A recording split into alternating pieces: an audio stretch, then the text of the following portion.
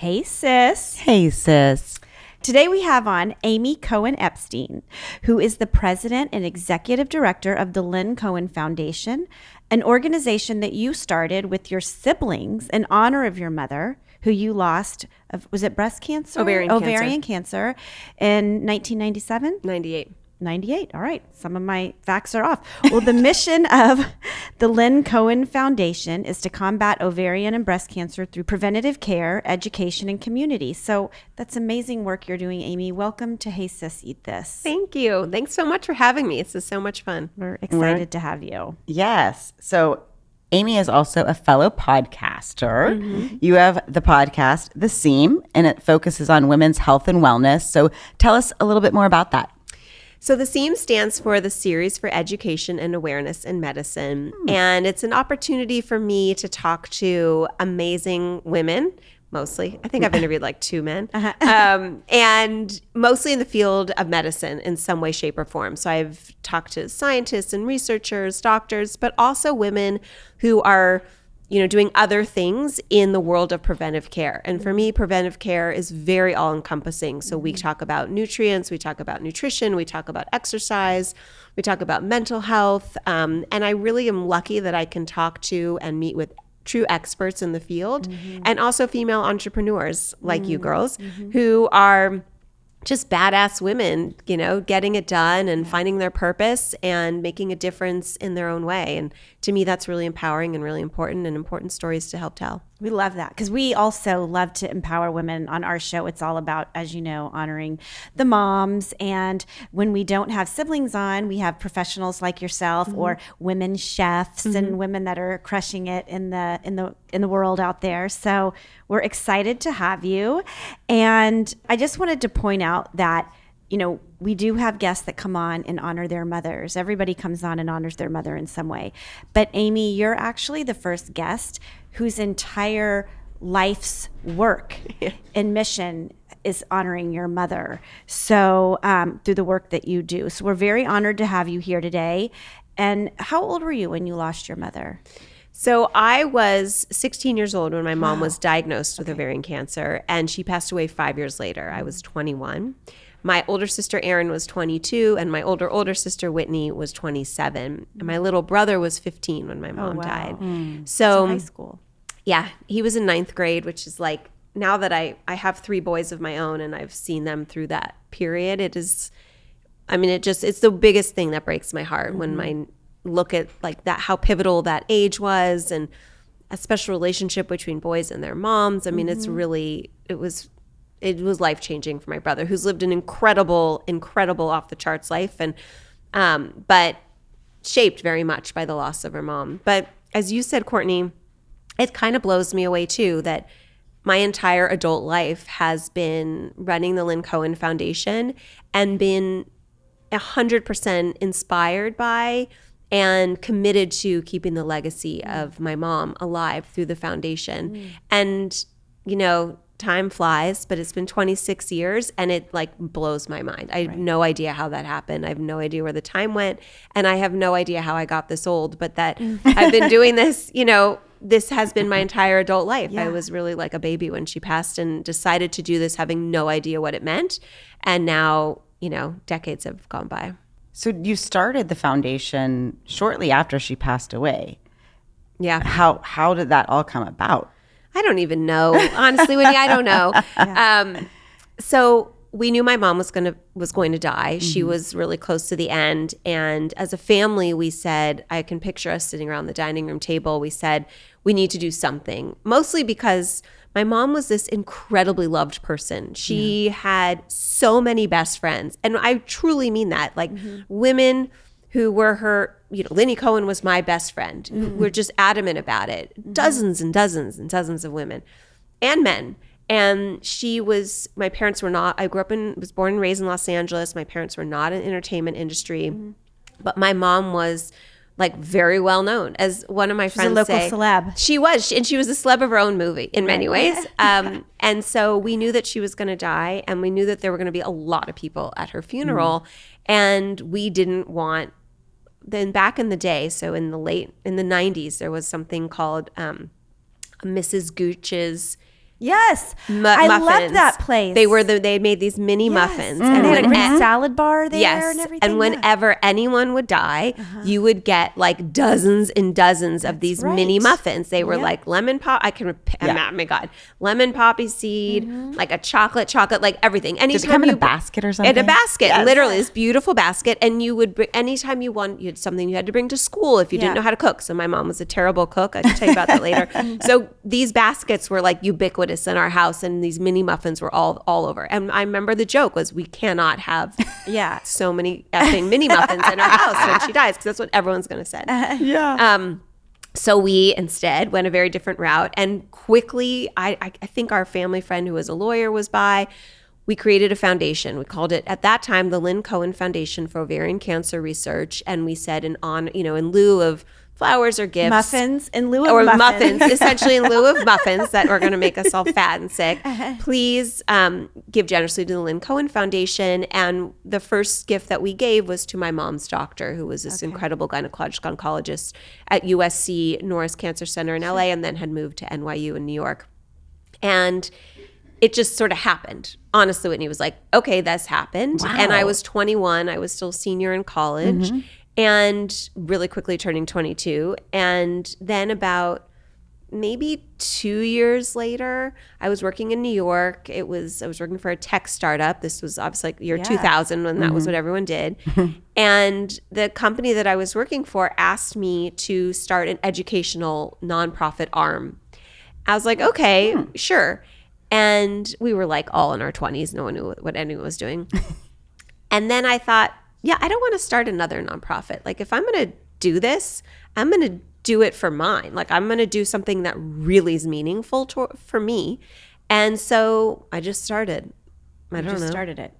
That's amazing. I just went down that road. I gathered, I leaned into really smart people around me. I learned at a really young age, one of the best lessons in creating anything, a for-profit, a nonprofit, a business, that there are people who are smarter than you are, and let them do their thing. Hire them to help you. Totally. So I had these incredible people who became part of my board of advisors. I put together a medical advisory board and listened to them tell me, where the hole was, what we needed to do in order to fill that hole, and how to stay relevant for the longest period of time. Wow. Truly not thinking this is what I would do forever, and how to raise money. And knowing that, the biggest, worst thing someone can say to you is no, and so be it. And so I just started, making it happen. Were your siblings involved at this point? At the beginning, my siblings were involved because it was a real family foundation. When I decided to kind of, use the words, take it over. Spearhead. Yes, that's a nicer way of saying it. When I decided to spearhead it, make it my thing, I changed it from a private family foundation to a public 501c3. Okay. So at that point, yes, my siblings have always been involved in different ways. My sister Erin does a lot of on-the-ground stuff where we have events where we bring in an expert on a certain topic related to women's health, wellness, and preventive care, and she helps host these incredible events and lunches where dozens of women come and walk away really feeling educated about something that's important to them. And my sister Whitney is involved in lots of different ways, and my brother's even involved, but really it's me. Yeah, the spearheader. I love that it also began at the dinner table. Now, the funny part is, yes, it began at our dining room table, which was really funny because we never used our dining room table ever. We didn't. We always sat at the kitchen table, and then the dining room table was for fancy dinners or holidays. Yes. But that's where we all were sitting, and I literally can picture it. And it was meaningful and also ironic because we were at the dining room table, being used for something that had nothing to do with food, right. because no one ate at the dining room table. In fact, I don't even have a dining room for that reason. We use our dining room. You are you have a lot. You have a stuff lot, going on. A lot. Yeah. What does the foundation look like now compared to what it was 20 something years ago? It's a really good question. It looks very robust. So a brief sort of history of the last 26 years. When I really dug in and wanted to do this, I realized that you had to fill a need in order to, one, raise money, and for people to give you money, you had to show them that you were doing something that if not other people were doing that, we were doing it a bit differently. And so the road to go down that I was told 26 years ago was early detection and prevention. And that still is 100% accurate right now, what we need to focus on. So we, under the advice of my medical advisory board, are these incredibly, really smart people in their field, very accomplished. We created 4 preventive care clinics. So for women who are at increased risk for breast or ovarian cancer, our preventive care clinics provide them with access to a genetic counselor, genetic testing. You have a full gynecologic exam. You have a full breast exam. And then the doctors kind of sit around and talk about you to come up with a plan to keep you healthy. So what does it mean to be at risk or at increased risk? It means history of cancer in your family, history of cancer in yourself, being of Ashkenazi Jewish descent, and having access to these clinics. So 2 are in Los Angeles at USC Norris in LA County, and 2 are in New York at NYU and Bellevue, which is like a county hospital next to NYU.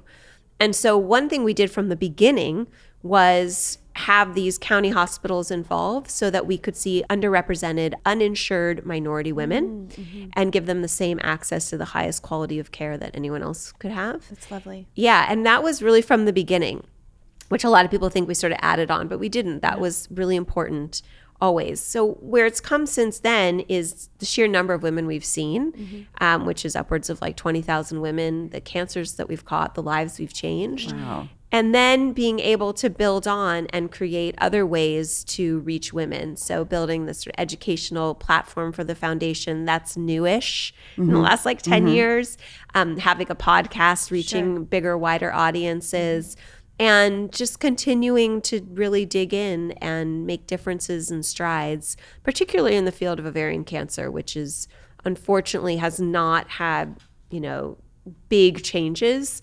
as like breast cancer has and a lot of other cancers. That's really, really nice. Well, I'd love to go back to Momma Lynne. Yeah. We call all our mamas on this show Mama. Tell us about Momma Lynne. Where was she from?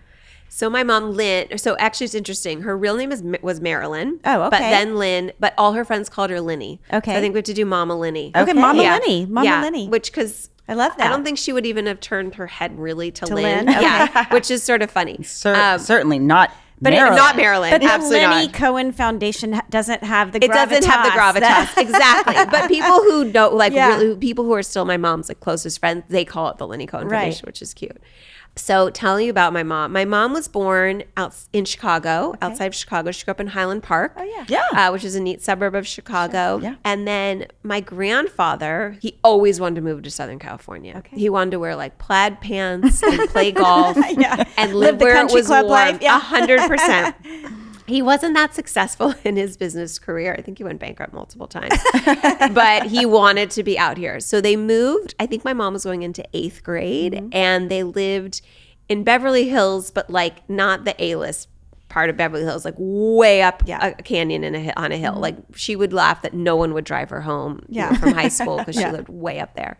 And she went to Beverly High, and my mom was a cheerleader. She was the ultimate cheerleader. She cheered on everyone. That sort of just describes her in a nutshell. Yes. She went to Cal for college, and she was a pom-pom girl at Cal. Cute. So when people were like burning their bras in the 60s, my mom was on the sidelines at football games, like, cheering on the guys. Yeah.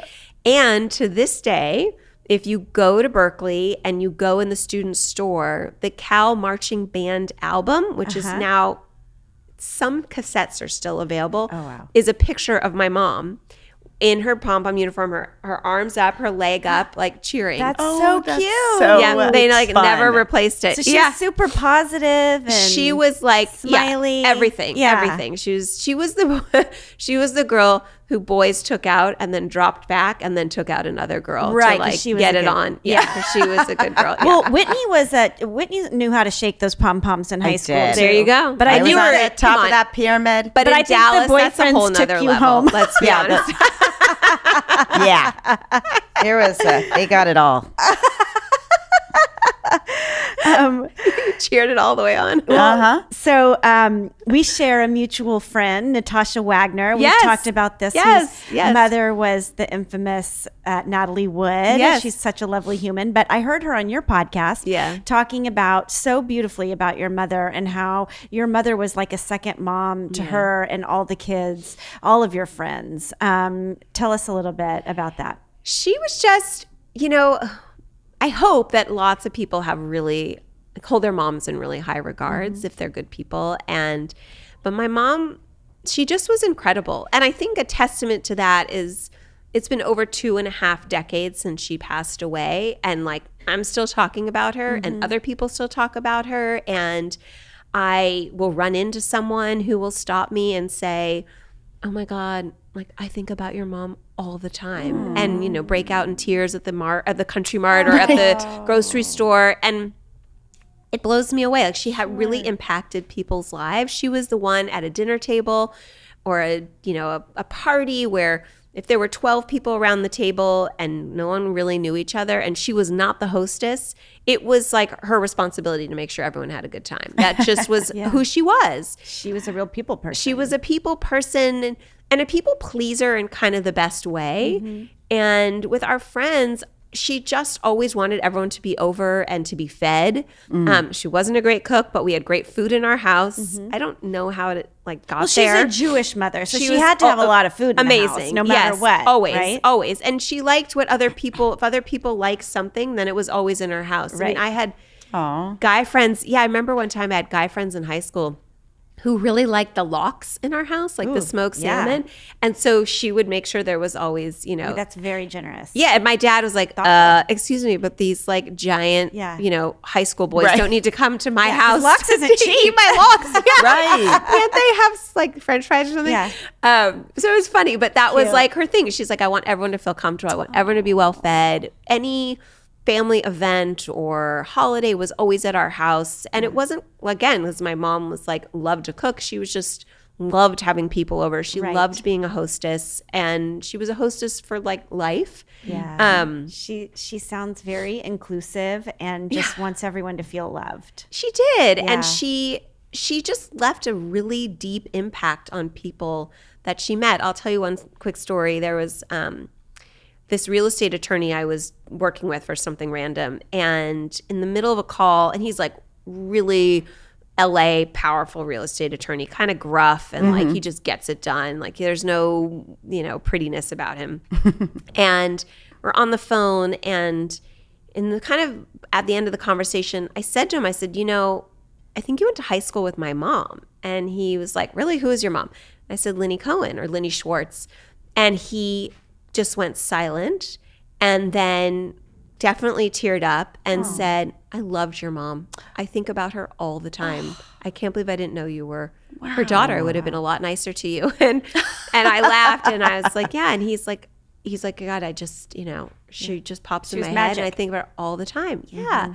And then, it moved on and That is started so going. special. I Yeah. love Really that. special. Yeah. What a She was a special really lady. neat person. Well, I heard you talk about something funny on the podcast with Natasha as well about her style and that she was always dressed up to the nines, Always no matter dressed. where she was going. Cocktail jewelry. Everything. Yes. My mom's, she had like this jewelry that she would call like her daytime jewelry. And it was very 80s at the time.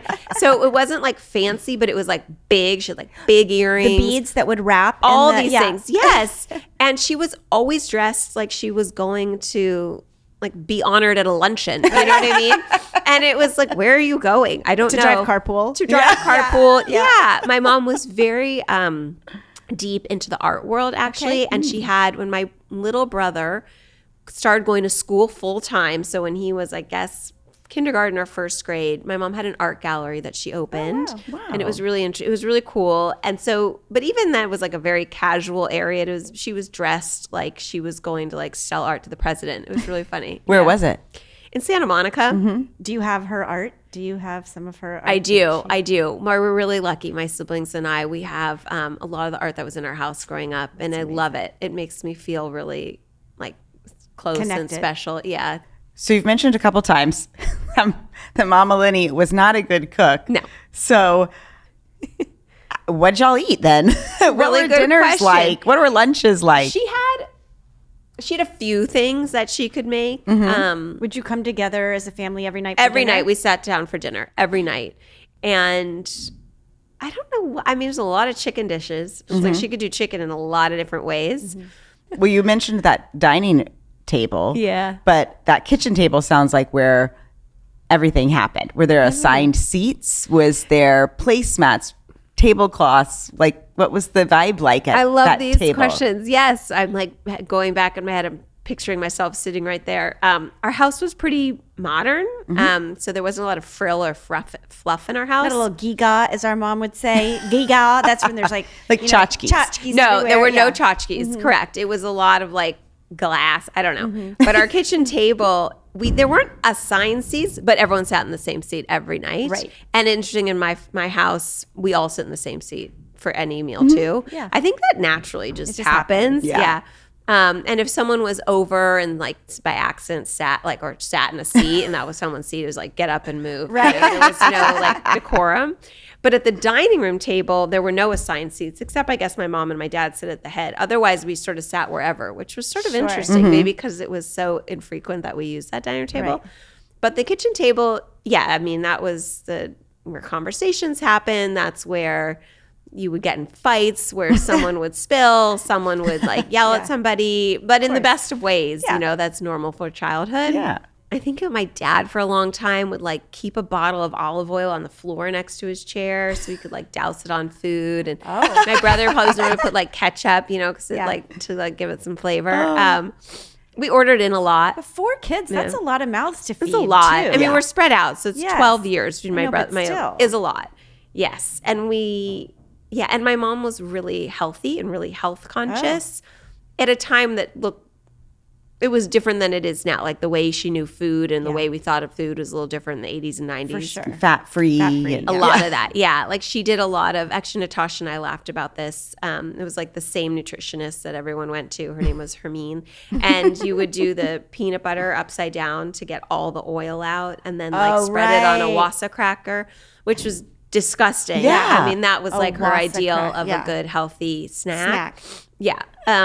So Dry peanut butter on a cardboard dry piece of Wassa. cardboard. Yeah. Yeah. Oh, There's Reminds me nothing of like a fun about rice it. cake. You know, those were real But big. worse. Yeah. It was like Yeah. a petrified. and Yes. Wassa has cake. that really distinct flavor too. Yeah. It's got like it's like not good. caraway or something in it. It's Yeah. not. It's something really strange. That do you know what I'm talking about, Whitney? This Wassa crackers.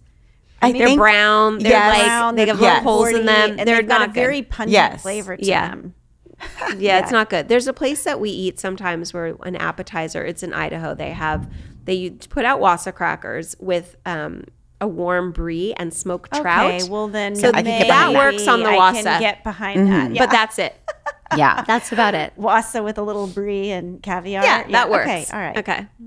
Well, you mentioned a couple of the holidays are at the main dinner dining room table, but would your mom have that catered, or like was Passover with the big holidays? Any traditional. Yeah. She was really into Cornish game hens. Oh, so somehow interesting. she had a recipe Yeah. for that, and I can remember that. And she'd be like, Sure. "It's great because then everyone gets their own little chicken." Basically, I love a Cornish game hen. You do? Yeah. I do. I've never made them because no one in my house likes things that are like little. Like Yes. it's like make a giant chicken and cut it up. Right. That's what I do. Yeah. So I think she cooked for a long time. It just wasn't like you didn't know any different. It was Right. like your mom's cooking. So Yeah. but then you grow up and you're like, that wasn't very good. Right. And then there were like about the easy brisket? recipes. What about- she did did she a do a good she did a brisket? good brisket. It was Yeah. like that old school ketchup and Yep. a bottle of beer and Yeah. she'd let it cook and it was usually pretty good. However, I didn't learn until much later that she sliced it wrong. So Oh, she she didn't go against the grain. Correct. So it was always very stringy. And so I gosh. always hated brisket going up because I was like, it's so funny. stringy and Yeah, disgusting. yeah. Till as a grown up, Right, and I ate and it you once learned. and I was like, oh, it doesn't have to be that way if you learn Right. to slice against the grain. Actually, my husband taught me that because I was slicing like a steak once. And he's Yeah. like, what are you doing? Yeah. I was like, what does it matter? He's like, It well, matter. It's everything, Amy. yeah, if you want stringy meat or if you want it to be, I was like, oh, I've never seen it done. Like I've seen it in a restaurant, but I didn't Right. like know there Right. was something special. She had a couple like old school like casserole things like your mom would make. So we had like a spinach pie that was really just yum. like frozen spinach with cottage cheese, some flour and eggs. So I have a healthier version that I make for my kids now, and it's yummy. That's like so eat. Dump it in, I want bake that. it. Yeah, we'd love to get, if there is a recipe that you love from Momma Lynnie growing up, we'd love to have it and put it on our website. I definitely will. Or spinach pie. She made a good noodle kugel. Ooh, yeah. Which is also Sweet or savory? Sweet. All right. Well, I can't do it. not super sweet, actually. No, I wouldn't say sweet. She did, again, anything that involved like a dumping cottage cheese, butter. Cottage cheese. That's funny. It's No, cottage that's cheese. what's in Kugelwit. Yeah, It's really and good. it's like a very okay. and that's like a very also like 80s, 90s health yeah. thing. Like you had Sure, cottage the cheese. cottage yeah. cheese, yeah. Yeah. I still eat it. Yeah, some people, I eat it. I love it. Some people are like, that's We put Lowry vile. seasoning salt on our cottage cheese. My mom was a huge Lowry seasoned Really? salt person. She would Oh, make yeah. popcorn at night and put I Lowry put it in salt. popcorn too. Yeah. Oh, Lynnie. And she would do it in a pan. Like she literally did it. Yeah. Yes. I thought that was just like us. I don't know. No, Yeah. she's really, she would make it often and watch like a movie, like a Lifetime movie of the Yes. week with her popcorn that she fried in like the pan with Yeah. the kernels. Yes. It's cute. My youngest son is obsessed with popcorn and he puts Lowry's on Oh it my too. God. It really is good. It is really It's the good. way to eat it. I don't think Lowry's is so good for us though. I think there's like, if you read the ingredients, it's a long list. Right. Yeah. Yeah. But it does taste good. So whatever. does. Is there anything that you've learned about food and cancer prevention from your work that you do, on a daily basis? Yes. So the biggest thing you can do, I've asked, this is a funny question that a lot of times when I bring in even a gynecologic oncologist to speak to women, and they'll say, what is one thing that you can tell us? What's like the magic bullet? And always it's don't smoke. So don't smoke. And that seems like common knowledge, but it's like, don't smoke. If you want to be healthy, like at least you're not doing that. Yeah. So I don't smoke. I've never smoked. Not drinking a lot of alcohol. And alcohol, there's some benefits to having, some, but it just is a depletion of so many nutrients in your body. And sticking as best you can to a plant-based diet. So I'm not a vegetarian. Right. I eat meat sometimes. Sometimes my body's just like Craving something. I'm probably low in iron. But really keeping majority of the food that I eat plant-based. I eat a lot of vegetables, as many greens. I love a really good salad. It's like the salads that you guys have talked about that you make are like, sound delicious. Yeah. That sounds better to me than other things. And trying to be eating real food. Right. At the end of the day is the most important thing. Well, it's awesome that you have this podcast that I want to dive into a little bit with you, because there is a lot of great nutritional content that you've had on there, as well as your website, the platform that you have where you can share a lot about health and wellness. How did this podcast begin and what's it all about? It began very similar to you girls, which is it was COVID and I was getting really antsy, and I was, we were walking 1,000,000 miles a day because I had to get out of my house and you'd go for a walk and you'd listen to a podcast. Yes. And a lot of them sounded really crappy and the quality wasn't great. And so I thought I should start a podcast because I don't have any of the equipment. I'm at home, and who cares if it sounds like, I'm not allowed to say it, but who cares if it sounds like shit, because everyone says, and it's COVID, no one cares. Yeah. So we did. And I realized that, my so-called Rolodex that or my people that I know and that I've worked with now for decades are a lot of them really smart, interesting experts in their fields under this umbrella of women's health, wellness, and preventive care. And I'll interview them because they too have extra time on their hands and they want to chat. That's great. And people love to talk about themselves and what they do and what they've built. And if they're really successful, they really like to talk about that too. So it wasn't hard finding people to talk to. And I just sort of did it. And I liked it. And it was fun. And then it's just grown from there. And I think that any way that you can disseminate, really smart, right information is a good thing. For sure. And people are actively looking now for information, and there's a lot of bad information out there. So if I can use what I know and the people that I work with and then help, put out really good information that is strongly supported by actual, mostly scientific evidence, I think that's worthwhile. And telling people stories. Yeah, and just helping women and the people who want to listen. And it's like, a good thing to do with a handful of minutes. I love it. Yeah. Well, I mean, with that said, and your podcast, the foundation, the website, from all of this, what's one thing that you want women to take away and hear today that they can use in their lives? The biggest thing I always say is know you're normal.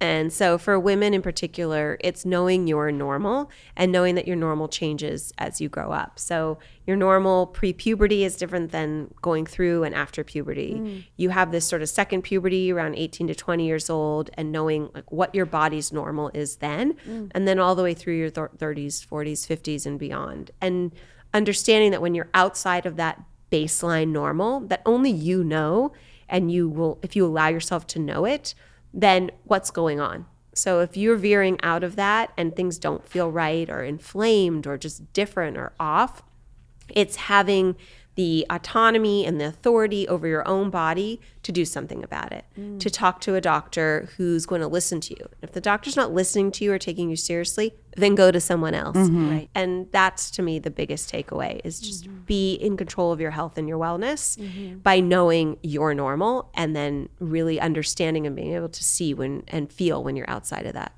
My new normal is approaching quickly because I've been getting real sweaty during different times of the day when I've never felt that before. So I just talked to my doctor all about that. And It's like, oh boy. Yeah. And in your, usually your 40s, we go through perimenopause, and there's very little talk about that. And there's very little information about that. And by the way, it can last for a very long time. I mean, a decade. Yeah. And so you have to be really understanding of your body and say, okay, this is my new normal. And what are the shifts and changes that are happening? And being like you did, Courtney, it's saying to your doctor, these things are happening. I'm like sweating at weird times of day. I sleep like crap, or I've never in my life leading up to my period for a full week not slept. Like that is a total new normal for me. And it's awful. But knowing that, okay, but this is it, and this is why it's happening, and it's real,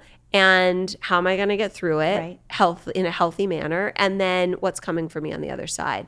Well, and those Whitney's a crusader for perimenopausal women. She is trying to patent an invention that she calls the sweat vest. Yes. Oh, okay. Yeah, because we both have the night sweats. Yeah.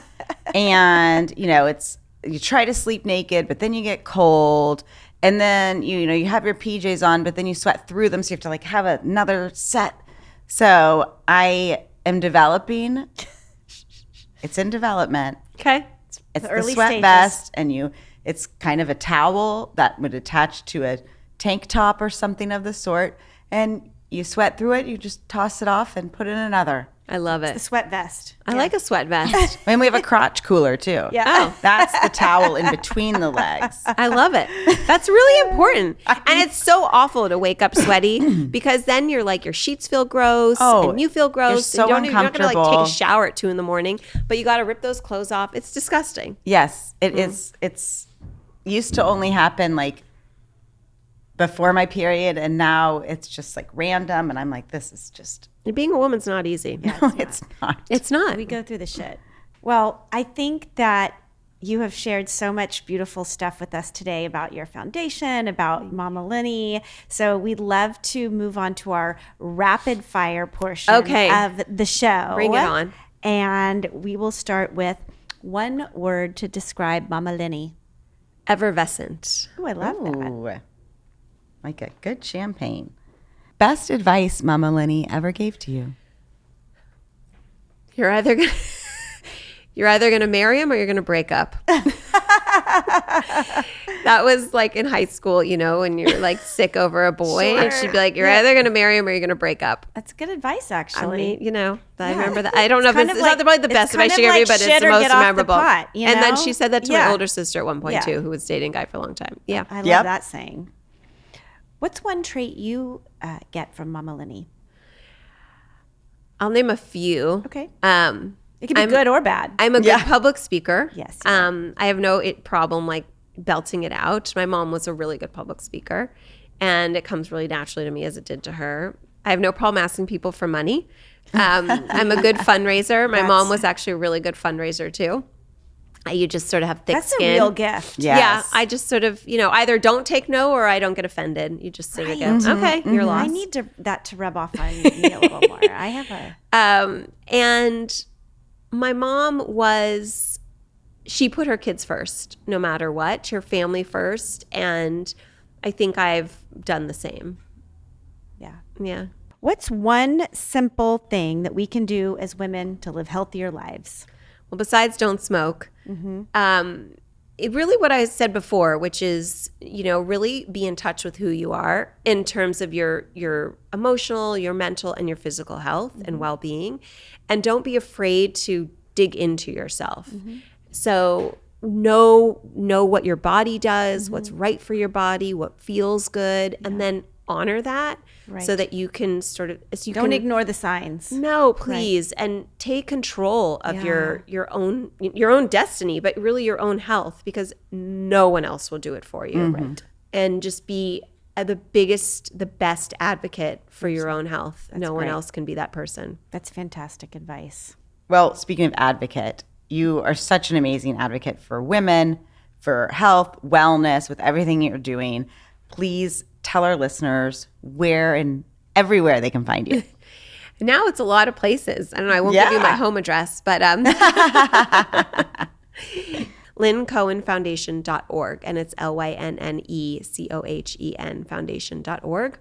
And in there is the SEAM, our podcast, and a lot of amazing interviews that are transcribed, and then also kind of a blog, a health wellness women's I've been blog, going through it. I love it. Which is pretty cool. Yeah. Really great. Yeah. So much good information. It is. There's stuff about meditation, which I love. And I've really gone on a deep dive. We believe in, the full woman. Yeah. So you have to address mental health, and you have to address your emotional health and your physical well-being all in there. And then I guess our social handles. This is not my area of expertise, but Lynne Cohen Foundation is Instagram. We Are the Seam is also on Instagram. That's your podcast. And the podcast, it's the podcast. And maybe we're also on Facebook and YouTube and stuff. I'm sure you are. I don't know. I know that my podcast is on YouTube and some other channels. But boy, that's a hard question. That's like the hardest question for me. You could ask me so many other things. Well, you're too busy raising money, which you're really good at. So that's good. For such a great cause. The world needs more women like you to be educating us all. So thank you. You're a powerhouse. We're so excited to have you here today. Thank you for being here. Thank you, you Amy. so much for having me. This was so much fun. Good. We'll end as we always do. Whit, love you, love your show. Love you, love your show.